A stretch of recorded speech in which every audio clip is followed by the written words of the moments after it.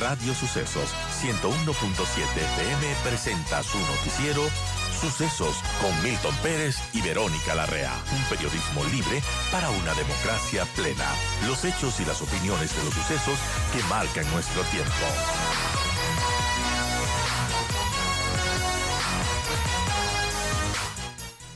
Gracias, Delia. Son las 7 de la mañana con 51 minutos. Saludamos a nuestro siguiente invitado. Se trata del asambleísta por la provincia del Carchi, Pedro Velasco, quien se encuentra en la vía virtual. Eh, Asambleísta, muy buenos días. Hoy se desarrolla el juicio contra el exministro de Energía, Fernando Santos Albite, a quien se le está acusando de los apagones de octubre e incluso de los de hoy. ¿Cuál es exactamente la responsabilidad del exministro Santos en su criterio? Bienvenido, buenos días. Buenos días, Edgar. El problema energético que está viviendo el país es crítico, pero hay que también tener bastante sensatez en mencionar que no depende únicamente de quienes estuvieron al frente de esta cartera de Estado en los últimos meses o años.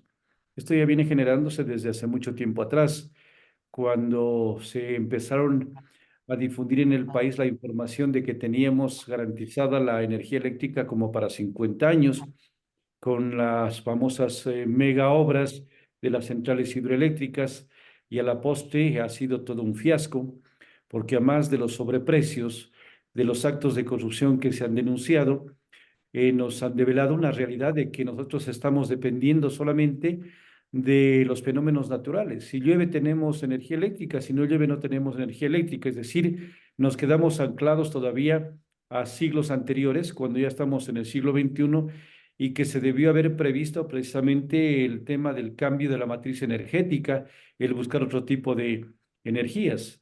Cada funcionario debe responder por sus actos, y eso es lo que la Asamblea el día de hoy se apresta a conocer y a evacuar el trámite del juicio político en contra del exministro Santos Albite. Vamos a ver cuáles son las acusaciones formales fundamentadas que se hacen al exministro, y también las pruebas de descargo que tiene todo el derecho de presentarlas para saber si tiene o no responsabilidad en lo que actualmente estamos viviendo los ecuatorianos, que son los apagones. Pero más allá de las responsabilidades propias de la gestión del exministro Santos, que me parece que estuvo como un año y medio en el cargo, al parecer en la Asamblea Nacional no hay quien lo defienda, ¿no? De manera que la censura del exministro es Vox Populi, quizá por los márgenes de votación que se han dado en las últimas semanas y meses, ¿no? Con diferentes ítems. Hace prever lo que usted estaba mencionando, Edgar, toda vez que el, eh, la situación crítica que vive el país no puede ser ocultada, es una realidad que se debió haber tomado previsiones oportunas, técnicas, y no solamente anunciar de que esto tenemos para largo, de que esta información ya la conocían, pero que había que prever. Entonces, cuando uno está en un cargo, hay que buscar todos los mecanismos, y después de todos los esfuerzos, las gestiones, las acciones que se haga, ya no se puede evitar el mal que está actualmente padeciendo el Ecuador. Y yo creo que ya escapa de la responsabilidad, pero siempre los juicios políticos se deben circunscribir y enmarcar en lo que significa incumplimiento de funciones. Si es que se demuestra este incumplimiento de funciones en el ejercicio de cargo de ministro, la responsabilidad que establece la Ley Orgánica de la Función Legislativa es precisamente la censura, porque ya no cabe destitución, sino censura. Ahora, es importante actuar en el presente y sobre todo de aquí en adelante. Aquí tenemos una serie de apagones, tenemos deficiencias en el servicio energético a todo el país. El propio gobierno nacional, a través de su ministro encargado, Roberto Luque, ha dicho que hay una pérdida diaria de 72 millones de dólares, lo cual es una locura, es una barbaridad realmente. Vamos derecho al desfinanciamiento de este país si es que no se arbitran medidas urgentes. Y esto no solamente puede ser responsabilidad del Poder Ejecutivo. Aquí el Legislativo, tiene que comprometerse porque además tuvo su parte. Aprobó una ley que el Ejecutivo la llamó Ley No Más Apagones hace algunas semanas, hace algunos meses. Una ley que ahora tiene que ser reestructurada, tiene que ser modificada de cara a los problemas que tenemos. Yo comparto plenamente que la responsabilidad no puede ser solamente de un sector, pero sí es responsabilidad del Ejecutivo y de quienes están al frente del gobierno en los diferentes periodos anteriores de garantizar la satisfacción de servicios básicos y más aún del sector estratégico como es el tema de la electrificación. A raíz de la aprobación de la Ley de Competitividad Energética, a la que usted menciona, no más apagones, se abre esa posibilidad de que no solamente sea el Ejecutivo, que ha demostrado lastimosamente en periodos anteriores un fracaso, sino que se permita involucrarse directamente al sector privado. Aquel sector privado que sí quiere comprometerse con el país, aquellos que quieren invertir y que quieren buscar otro tipo de alternativas energéticas, como el tema de la energía solar, la eólica y otro tipo de energías. Hoy más que nunca se debe abrir esas puertas de par en par para que decirles, vengan, necesitamos el contingente y el apoyo de ustedes, necesitamos la inversión del sector privado, porque ya lo público desbordó el tema de confianza, anteriormente temas de ética y de moral con actos de corrupción, desbordó el tema de ser un mal administrador y hoy necesitamos precisamente que aquellos que quieren al país también se involucren y se comprometan a garantizar este servicio. Así es que hoy creo que no hay vuelta atrás. Las puertas deben de decirse con absoluta transparencia por qué no ha querido el sector privado involucrarse, precisamente por lo que estamos viviendo hace unos días y semanas atrás, denuncias sobre denuncias de actos de corrupción, es decir, no quieren contaminarse el sector privado y tiene toda la razón con estos temas, pero también hay algunos que lo han hecho, hay algunos sectores que también se han involucrado, pero hoy más que nunca necesitamos volver a generar confianza y a buscar otro tipo de alternativas que garanticen estabilidad en todos los órdenes a nivel del Ecuador. Bueno, yo le hablaba de la posibilidad de modificar esta ley. Ojalá ya se presenten proyectos concretos en ese sentido que podrían surgir del propio legislativo. En la Asamblea Nacional lo que se ha visto en términos de inmediatez desde el juicio político a la ex ministra Andrea Arrobo. Eh, ¿Hasta qué punto eso puede ser práctico? No lo sé. Y sobre todo, ese juicio político, ¿cuándo podrá ver la luz? Porque hay una fila hay una lista importante de juicios que están a la cola. ¿Quién sabe si eso se pueda solventar en el año 2025? ¿Cómo ve usted eso? Lamentablemente en el país vivimos nosotros temas siempre coyunturales. Se presenta algún hecho, un acontecimiento que afecta al interés nacional, inmediatamente como que se prenden las antenitas y se activan supuestamente el control político, la fiscalización. El anunciado juicio a la exministra Robo prácticamente tendría que esperar 8 o 9 juicios que están a la fila. Y no sé si tenemos aproximadamente un promedio de 2 meses que se demora en la tramitación de un juicio político desde que ingresa al CAL, la calificación, comisión de fiscalización, evacuación de pruebas, presentación del informe, pasa al seno de la Asamblea. Aproximadamente 2 meses. Multipliquemos solamente 8 juicios pendientes por 2 son 16 meses. Es decir, ya se acabará el periodo y quedará para la siguiente administración. Estaremos en un nuevo gobierno y en un nuevo parlamento. Así es, así es, así es que aquí tenemos que ser más prácticos. Aquí deben actuar los organismos que tienen que actuar. Por ejemplo, independientemente de la labor fiscalizadora que es potestad y privativa de la Asamblea Nacional, debería actuar Contraloría, saber si es que se ha cumplido o no se ha cumplido con la contratación de obras para mitigar los problemas que estamos viviendo, saber qué acciones se tomaron para prevenir, saber cuáles las obras que se iniciaron anteriormente y no cumplieron con el objetivo esencial. Todo ello tiene que realizarse, es decir, cada organismo tiene que cumplir. Y si es que hay un campo penal como el que se denunció en días anteriores de un supuesto sabotaje, la Fiscalía también tiene que entrar a hacer la investigación respectiva y determinar responsables y sanciones. Claro, que no se nos malentienda. O sea, tiene que haber sanción si es que han existido faltas, ¿no? Si es que han habido irregularidades. Para eso está la Contraloría, para eso está la Fiscalía. Son las 8 de la mañana en punto. En Noticiero Sucesos conversamos con el asambleísta de la provincia del Carchi, Pedro Velasco.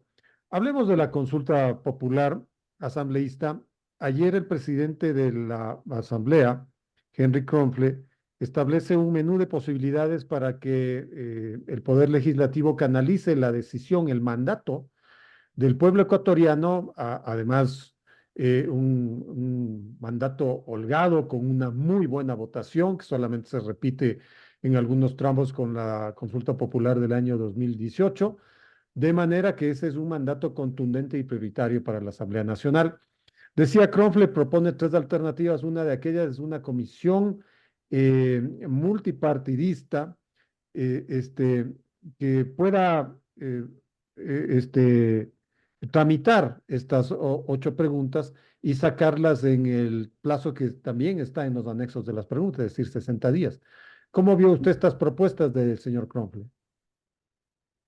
Ayer escuché a través de los medios de comunicación esta propuesta que la hizo pública el presidente de la Asamblea con la intencionalidad de conformar una comisión ocasional multipartidista. Eso lo permite la Ley Orgánica de la Función Legislativa. Lo que sí hay que tener claridad es de que, como complemento de esta información, menciona que se va a reunir con las bancadas, con los jefes de bancadas para la conformación de esta comisión. O sea, ya Está no se reunió con usted, pues usted no tiene bancada. Está equivocado el presidente. La asamblea no solamente las hacen los jefes de bancada, porque sabemos qué defienden cada uno de ellos. Lo importante es que se tome en cuenta a los que no tenemos bancada y a los que podemos aportar de una manera más objetiva, sin responder a líderes o jefes de cada bancada, a los que defendemos y protegemos al país. Eso es lo importante. Y yo lo he mencionado y lo ratifico hoy de que deberíamos estar precisamente el sector de independientes, de las organizaciones políticas que no tenemos la posibilidad de integrar bancadas y que hay varios dentro de ellos, la misma organización Pachacuti, nosotros que formamos parte de Avanza, quienes fueron miembros de las organizaciones políticas que fueron antes de Revolución Ciudadana, Social Cristiano, que hoy forman parte del grupo de independientes, sectores de Construye que salieron de esta organización política y también forman parte del grupo de independientes, es decir, hay muchos aportes que se puede dar. Y la ley orgánica permite que se establezcan comisiones hasta 7 miembros. Descontemos con el derecho que tienen las 4 bancadas que están constituidas legalmente en la Asamblea, es decir, hay 3 cupos adicionales para que se distribuya en quienes no tenemos bancada y que podemos definitivamente cumplir con ese mandato popular del día domingo. Es que hay que sacar adelante estas ocho preguntas y en 60 días. Tenemos que verlo. ¿Cuán dramático e inmediatista se torna el desafío? Es el reto que debemos asumirlo con absoluta entereza, porque un mandato popular expresado, como bien lo dijo usted, Edgar, con una mayoría aplastante definitivamente, tiene que ser respondida de la misma manera por parte de la Asamblea, es decir, trasladar esa voluntad popular en leyes, en reformas legales, pero reformas que tengan una durabilidad y que garanticen derechos, que garanticen seguridad, que garanticen no más impunidad, que combatan el delito, que permitan la incautación de bienes no legalmente adquiridos, que permitan la utilización de Fuerzas Armadas y Policía Nacional de armamentos que no son de dotación de estas instituciones y que están en manos de organizaciones criminales. Es decir, hay un tema bastante interesante. Lo propio le corresponde al Consejo de la Judicatura en aquella pregunta en que se dispone que hayan jueces constitucionales para conocer las medidas cautelares, acciones de protección, habeas corpus, para que se lo haga un concurso totalmente transparente y que vayan jueces que respondan verdaderamente a esa alta investidura que es administrar justicia. ¿Cómo ve usted en la Asamblea Nacional la reconformación de las diferentes bancadas en torno a esta relación ejecutivo-legislativo? Hasta hace algunos días, pues había un entendimiento entre el gobierno, el Partido Social Cristiano y la Revolución Ciudadana. Se dinamitó aquello el 5 de abril. Un socio se fue, pues, del acuerdo, pero en estos días se fue el otro. Inmediatamente, luego de que se comunicaron los resultados de la consulta popular, los socialcristianos dijeron aquí ya no hay más acuerdo. El gobierno se queda solo. Vimos en números la votación para que vaya hasta la asamblea del ministro Roberto Luque y eran 88 legisladores. Entonces, esa es una situación incómoda para el Ejecutivo que puede ver en los siguientes meses, si bien claro, como ya lo analizó usted hace algunos instantes, los juicios políticos quedarían, ¿no es cierto?, en el tiempo muy distantes, pero bueno, se irían acumulando estos pedidos de juicio político al actual gabinete. De todas maneras, el gobierno tiene las de perder en esas condiciones, porque claro, en los proyectos de ley ya no tendría la cómoda mayoría que antes tenía. Al inicio del periodo legislativo, se acordará Edgar que yo personalmente había dicho que tenía mis serias dudas de estos acuerdos, de estos pactos de gobernabilidad, porque yo evidencié que eran más bien acuerdos solamente para captar dignidades de la Asamblea y captar comisiones, y eso se dio. Se repartieron comisiones, se repartieron la presidencia, vicepresidencias, excluyendo a sectores importantes de la Asamblea, y que, entre comillas, iban a permitir cumplir una agenda legislativa. Eso ha estado muy distante de la realidad. Ahí buscan lastimosamente acomodos personales, intereses solamente grupales de organizaciones políticas, y cuando ya les toca poner en una balanza los intereses de su organización política, de sus vanidades personales y los intereses nacionales, como que se inclinan por los intereses personales y grupales. Y eso hace que una asamblea decaiga en una falta de credibilidad, de confianza, porque eso ha venido sucediendo. Yo miraba a veces con mucha tranquilidad, entre comillas, el que decían estamos bien, supuestamente se enorgullecían de la gestión legislativa, de que tienen un porcentaje altísimo, y cuando las cifras no les son benignas a la gestión supuestamente de gobernabilidad, ahí como que no quieren mencionar esas cifras. Eso digo, sí puede afectar el entorno legislativo, puede afectar el cumplimiento de leyes o de aprobación de leyes que sean esencialmente importantes y se sigan dilatando y solamente se traten exhortos y resoluciones que no tienen ninguna trascendencia absolutamente. Y yo aspiro que haya una reflexión, que se piense en el bien del Ecuador, en el bien de todos los ecuatorianos, y que más allá de estos acuerdos que se han diluido sin haber tenido la bolita de cristal, pero que se están cumpliendo estas profecías, hoy pensemos en que el Ecuador necesita de una institución seria, de una institución que debe ser responsable y de una institución que tiene que cumplir las demandas ciudadanas. ¿Cómo ha visto la condena del ex Contralor 100 sobre 100, Carlos Polit, asambleísta? Hay un mensaje clarísimo que ninguna autoridad debe estar por encima de la ley. Nos sorprende que una institución como la Contraloría y una persona que ha estado regentando esa institución por más de 10 años haya puesto sus servicios, entre comillas, su inteligencia al servicio de las organizaciones que están al otro lado de la ley, que están cumpliendo lo contrario de la ética, que están haciendo actos de corrupción, de inmoralidad, y haya estado desvaneciendo glosas a cambio de ser premiado con jugosísimas coimas. Si esto lo vemos a nivel solamente de empresas grandes, ¿por qué no investigan? Y debería ser la investigación interna, casa dentro de acá del Ecuador. ¿Cuántas organizaciones o instituciones de nuestro país estarían involucradas en actos de glosas, de responsabilidades, y también las desvanecieron? Gobiernos autónomos, gobiernos provinciales, gobiernos cantonales. Nunca los tocan a los grandes, supuestamente. ¿Por qué? Porque estaban aliados a ellos, pues, porque estaban de amigos, porque aparecen en las fotografías, en felicitaciones, en todos. No solamente es el tema externo, y eso tenemos que ponerle mucha atención. Aquí al interno, ¿cuántas cosas habría? Si hablamos de millones de dólares, aquí al interno también se ve que se pudieron haber manejado de esa misma manera. Y fue un ejemplo de cómo se debe hacer la justicia. Mire, interesante el ejemplo que nos da Estados Unidos. Es un jurado civil, es un jurado que no es formado jurídicamente, pero ahí más que la judicialmente formación, hay una formación ética y una formación moral, que ahí no les pueden corromper y no les pueden estar comprando sus conciencias, y que en base a las evidencias, a las pruebas, se determinó que es responsable y culpable de los delitos que se le está acusando. Por lo tanto, así tenemos que actuar aquí en el interno del país, y aquí no es que se hable siempre como siempre se utilizó esa muletilla, persecución política. Hoy los corruptos, los delincuentes, los que hacen tabla rasa de la ley son perseguidos políticos. Entonces, así no se puede seguir manejando el tema de justicia del país. Y para ello también se necesita el compromiso de la administración de justicia, que también hay buenos jueces, pero también lastimosamente habían de los otros que estaban hincados y arrodillados a esas organizaciones delincuenciales. Perfecto, asambleísta. Gracias por sus comentarios. Gracias por esta charla. Muchas gracias, Edgar. Un buen día. Muchas gracias. Estuvo con nosotros el asambleísta de la provincia del Carchi, Pedro Velasco refiriéndose a la consulta popular y a la situación energética